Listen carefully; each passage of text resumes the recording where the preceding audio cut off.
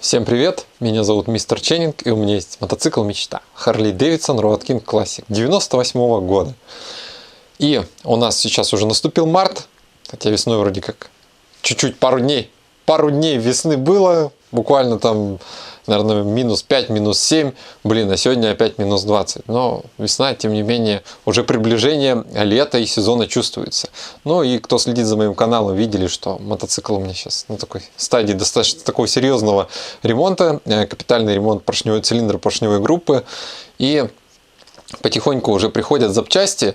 И сегодня мы с вами просто посмотрим на рокербоксы, точнее не на рокербоксы, мы на них уже смотрели, на эти рокербоксы.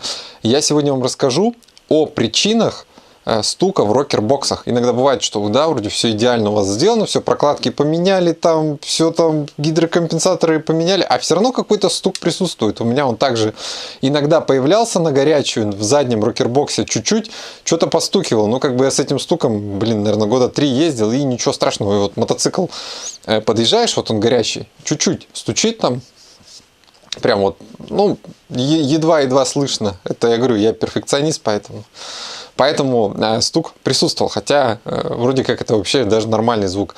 Значит, а когда мотоцикл глушишь, постоит 5 минут, заводишь, уже этого стука нет.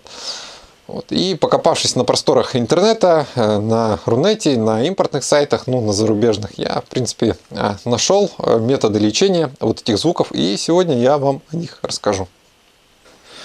Я тут немножко уже подразобрал, то есть один рокер стоит на месте, один рокер вот у меня снятый. Ну, как бы ось, и его крепим. С вами мы их рассматривали. Рокербоксы, в принципе, это простейшая такая конструкция, да. Тут у вас получается, вот с этой стороны у вас толкают штанги, а с этой стороны у вас клапана. И штанга у вас толкает сюда и нажимает на клапан, открывает клапан, и попадает бензовоздушная смесь, или наоборот происходит выпуск отработавших газов. То есть вообще ничего сложного. И причины стука могут крыться, значит, две, наверное, основные такие причины стука именно в рокербоксах. На просторах интернета, в принципе, думаю, что можно найти видео с этими звуками. Но они не страшные, они там не скрежещущие, ничего, но просто постукивают. Значит, первая причина, одна из причин может быть от того, что у вас вот между рокером и корпусом зазор. Вот даже вот он тут чуть-чуть есть. Вот слышите? Не знаю, будет вам слышно, не будет. И дело в том, что у нас же вот здесь штанга толкает, да, и она, получается, когда толкает, она стремится вот каждый раз оттолкнуть сюда, получается, рокер. И когда он отходит обратно под действием пружины, штанга опускается, он у вас сюда. И из-за этого тоже может постукивать. Зазор, значит, сервисный на Evolution составляет, не сервисный, а, ну, вообще нормальный зазор, написано от 0,08 мм до 0,33 мм, ну, достаточно такие серьезные значения. А сервисный лимит вообще написано, по-моему, 0,63. Сервисный лимит — это когда здесь у вас уже зазор такой, что его не устранить, скажем так, простым подбором шайб, и, наверное, нужно менять вот этот рокербокс. Хотя я думаю, что с этим узлом вообще, чтобы что-то произошло, ну, не знаю, чтобы он как бы так износился настолько серьезно, не знаю, что должно произойти. Это вот как одна из причин. Видите, тут шайбы. Это купил, он стоил там, по-моему, в районе 1000 рублей, но я думаю, что можно какие-нибудь от Жигулей найти шайбы. Вот тут. Но это дюймовые размеры. Это вот мне с США с посылки вместе вот пришли шайбы. Тут вот прям вот всяких разных размеров. Как бы подбирается шайба, берутся щупы, да, меряется зазор. Это, я думаю, что вам не надо тут объяснять и показывать. Это элементарная операция. То есть щуп у нас с этой или с этой стороны пробуете щупом. Там вот 0,25 там, или какой влезет. И от этого уже пляшете, подбираете шайбу, но чтобы было не меньше 0,08, потому что все-таки тепловые зазоры, если слишком сильно зажать, то вот этот материал, он, знаете, такой похож на алюминий, наверное, это алюминий и есть, а это сталь, и вот этот материал, наверное, будет при нагреве расширяться побыстрее, чем вот это, и он просто может в какой-то момент зажать эти рокербоксы, и вот тут тогда уже могут быть неприятные последствия. Это, я говорю, как одна из причин стука. Вот этот самый зазор. А вторая причина стука, наверное, одна из таких наиболее популярных, еще, кстати, называют этот стук, знаете, кнокет, да, он по-английски звучит. Это, можно сказать, такая конструкторский просчет, или не просчет, я не знаю, как это назвать. Инженеры вроде как тоже не дураки, чтобы вам просто наглядно показать, как это, из-за чего может быть стук. Сейчас ось вытащим.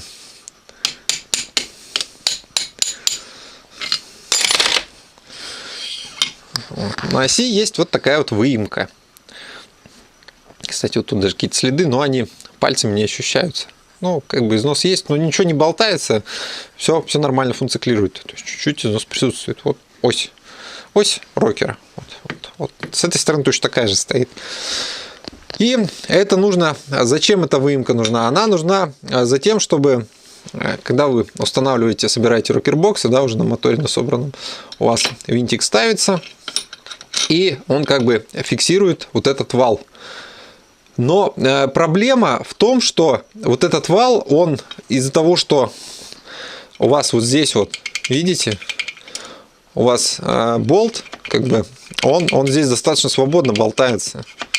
Вот. То есть он значительно больше отверстия, мерить не будем, но вот история такая. Он как бы значительно больше.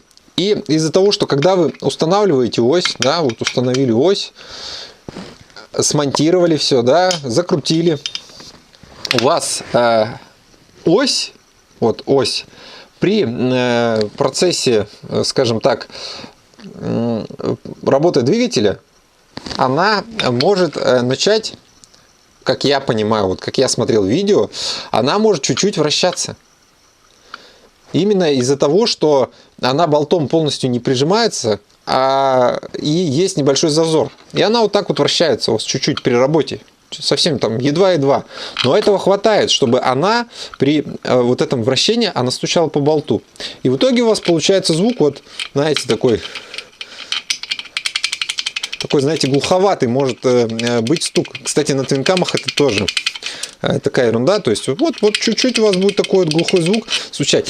И даже иногда видно по вот этим вот местам, опять же в интернете смотрел, видно вот по этим местам, что вот эта вот часть, она как бы набивает себе дорогу, ну, странное название, хотя видите, по болту вроде тут все подходит.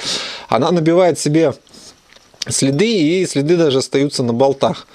Ну вот тут я таких вот следов не вижу, тут просто... Значит, как это лечится? В принципе, это лечится достаточно понятным таким способом, можно даже сказать элементарным.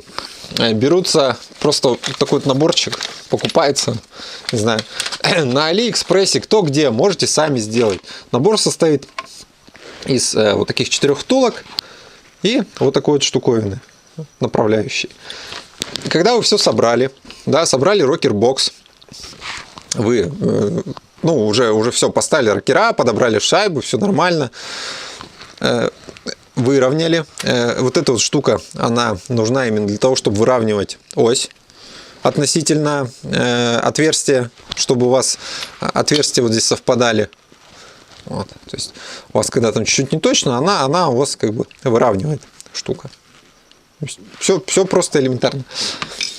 Когда выровняли ось, устанавливаете вот эти втулки и вот этим вот болтом просто их внутрь как бы стягиваете. Ничего вообще сложного.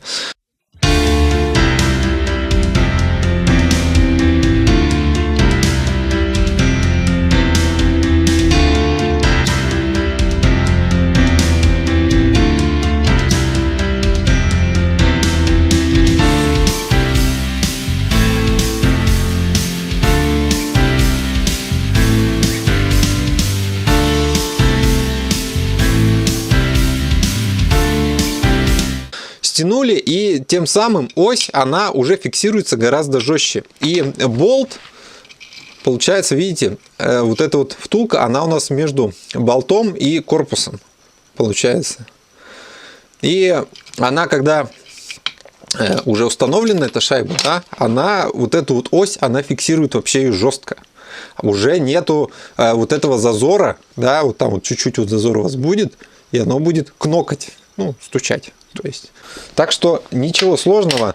Самое интересное, что это мне пришло с Америки. Написано, что производство Америка. Это не реклама. Но на AliExpress они такие же есть. Вы даже сами можете эти втулки сделать, там, изготовить по размерам. Потому что это, ну, просто, грубо говоря, тонкостенная трубка, латунная там. Или, ну, наверное, латунная. Вот такая штука, смотрите, написано. Rocker Lockers for Harley Davidson Big Twin Evo. 84-2000 год. И тут с Rocker Lockers, с этим набором втулок была вот такая вот инструкция. Тут, видите, уже написано, что Force Porters по 2006 год. И все Big Twin Evo. Вот. Тут такая инструкция, все с картинками, прям мега подробная. То есть вот все прям тут рассказывается, что да как тянуть, как не тянуть. Кстати, по-моему, рокербоксы от Спорстера. А может и не от Спорстера. Все. То есть вот она, втулка установленная.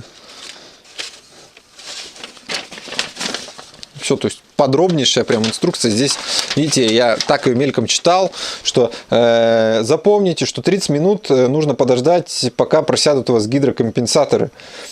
И только потом приступайте, да, к процедуре регулировки установки там второго цилиндра. По-моему, так написано. Вот. Такая вот штука полезная. Самое интересное, что на AliExpress они там стоят вообще, по-моему, в районе 1000 рублей вот этот наборчик. Но он будет крайне полезен. Если вы залезли уже в рокербоксы, можно поставить. Лишним не будет.